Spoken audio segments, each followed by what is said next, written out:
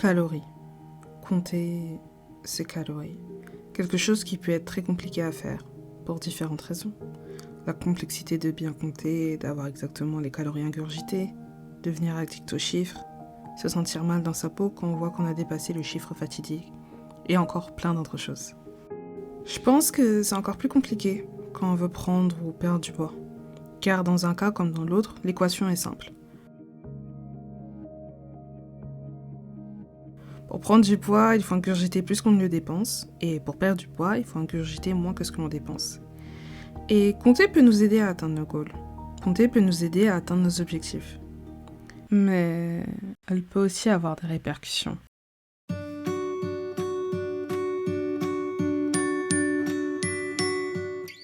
Nous ne sommes pas obligés de compter pour atteindre un objectif quel qu'il soit. Mais cela peut être plus précis et peut éviter de faire perdre du temps. Mais cette perte de temps gagné peut avoir des effets bien néfastes sur notre santé mentale. C'est pourquoi il faut aussi savoir s'en détacher.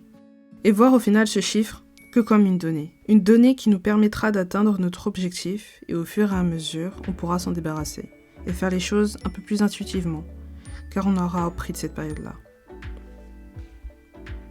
Beaucoup d'avis se contredisent sur le fait de compter ses calories.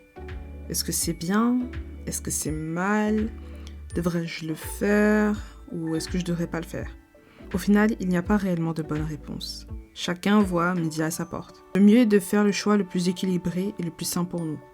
Et c'est vrai que quand on souffre de TCA, compter peut être un peu plus compliqué. Et puis surtout, il ne faut pas compter seulement pour compter. Il faut aussi savoir d'où est-ce qu'on démarre. Quel est notre métabolisme basal? Est-ce que nous sommes actifs ou non? A-t-on un travail qui nous fait nous dépenser? Est-ce qu'on fait du sport? Tout autant de choses qui viennent s'ajouter à la balance au final. La semaine dernière, j'étais chez ma soeur et tout, et on a fait des faritas. Enfin, j'ai fait des faritas. Et en fait, je me dis que j'ai envie d'en manger là. J'ai envie d'en refaire, donc je crois que je vais en faire. On peut tomber aussi très vite dans le piège des calories.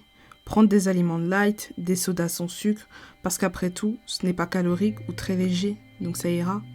En effet, c'est léger. Mais est-ce qu'au niveau des nutriments, des macros, etc., on s'y retrouve? Est-ce que ça ne serait pas au final des calories vides?